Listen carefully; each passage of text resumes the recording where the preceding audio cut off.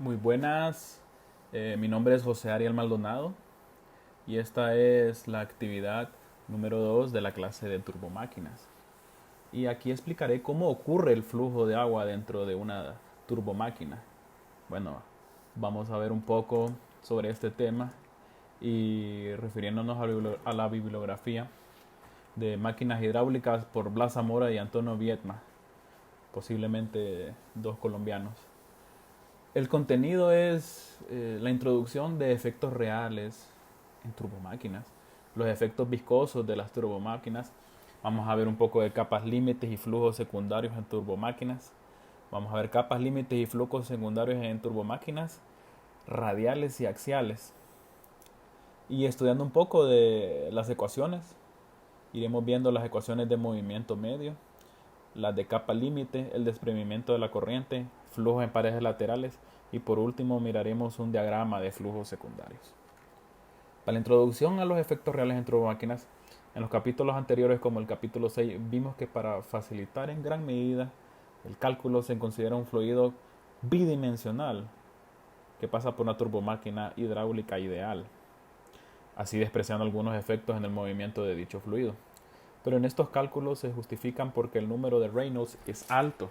Además de un funcionamiento idealizado por el diseñador, también los álabes de la turbina tienen una orientación óptima. Respecto al fluido, con estas suposiciones, no se considerarán reales los efectos del fluido en la turbomáquina. Ahora lo veremos realmente cómo son y qué conlleva en estos cálculos. Efectos viscosos en las turbomáquinas. ¿Qué efectos viscosos existen? Bueno, el efecto se toma bastante en consideración, que es la capa límite y la viscosidad del fluido, sobre todo los álabes y en otras superficies que ya se mojaron. Esto crea un efecto de fricción en el fluido que causa pérdidas de fricción y fugas. Capas límites y flujos secundarios en las turbomáquinas. La teoría de la capa límite formulada por el ingeniero y físico alemán Ludwig Prandtl, donde él separa el estudio de flujo en dos zonas. Está la capa límite, donde estudiamos los efectos de viscosidad, y el movimiento medio, exterior de la capa donde los efectos de viscosidad son despreciables. Aquí un poco de las ecuaciones de movimiento, donde vemos que tenemos varios vectores. Este Fm en este lado simboliza el vector fuerza, el vector de las fuerzas, como las fuerzas gravitatorias y la fuerza másica.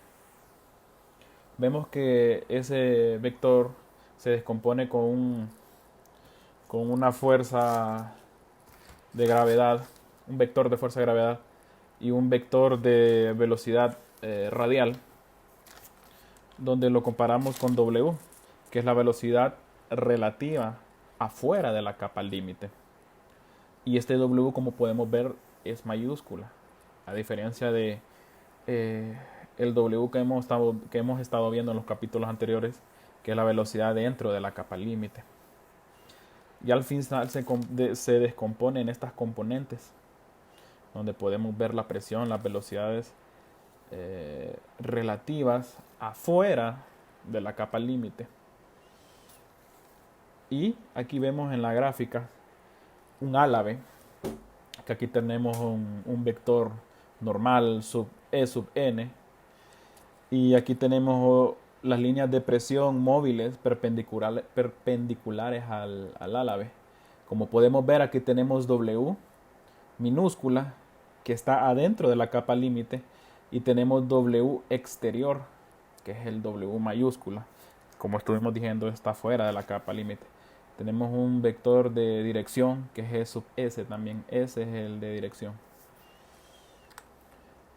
Ecuación de la capa límite. Estamos viendo la ecuación de continuidad de la capa límite. ¿Qué significa WS? Es la dirección de la tangente a la línea de la corriente. Y WN, que es otra dirección tangente, pero es normal a la misma. Y podemos ver cómo la capa que se encuentra en el álave se va descomponiendo en una ecuación de cantidad de movimiento, que resulta esta ecuación. Bueno, esta ecuación se tomó en cuenta despreciando W a la 2 sobre RC, que bueno, se desprecia si la curva es un poco moderada, que normalmente se va a ver en la mayoría de los casos. Y en esta gráfica miramos los otros flujos secundarios, donde, eh, permítame, donde vemos un poco de la prerrotación y flujo de pérdidas. Y hablaremos un poco sobre este tema, de qué es la prerrotación.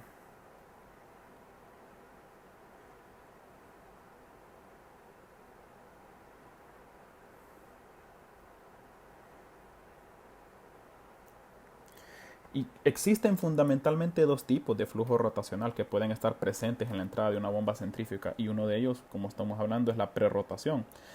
Y el otro es el flujo de pérdidas, y aquí lo estamos viendo, que ponen en contacto la impulsión con la aspiración de la bomba. La prerrotación es la entrada que aparece cuando, por ejemplo, la bomba toma el fluido de un depósito con una superficie libre. Es inevitable que las escalas grandes del flujo en la aspiración tengan perturbaciones que den lugar a un flujo con vorticidad en la entrada de la bomba. Aunque realmente estas no uniformidades sean pequeñas, cuando las líneas de corriente se estrechan a medida que el fluido entra a la máquina, la vorticidad se amplía considerablemente, adquiriendo el fluido la conocida prerrotación en la entrada de los álabes. Por otro lado, el flujo de pérdidas internas que se produce en la impulsión de la bomba, que circula por el espacio entre el rodete y las paredes fijas de la carcasa y que es impulsado por la sobrepresión existente a la impulsión, puede descargar aspirando de la bomba, dando lugar a un flujo hacia atrás en vorticidad. Claramente este flujo es tridimensional, como lo podemos ver. Da un lugar a una distorsión de los ángulos de incidencia sobre los álabes y por lo tanto un mal funcionamiento de la bomba. Este efecto se hace muy pronunciado a medida que aumenta la diferencia de presión entre la salida de los álabes y la aspiración.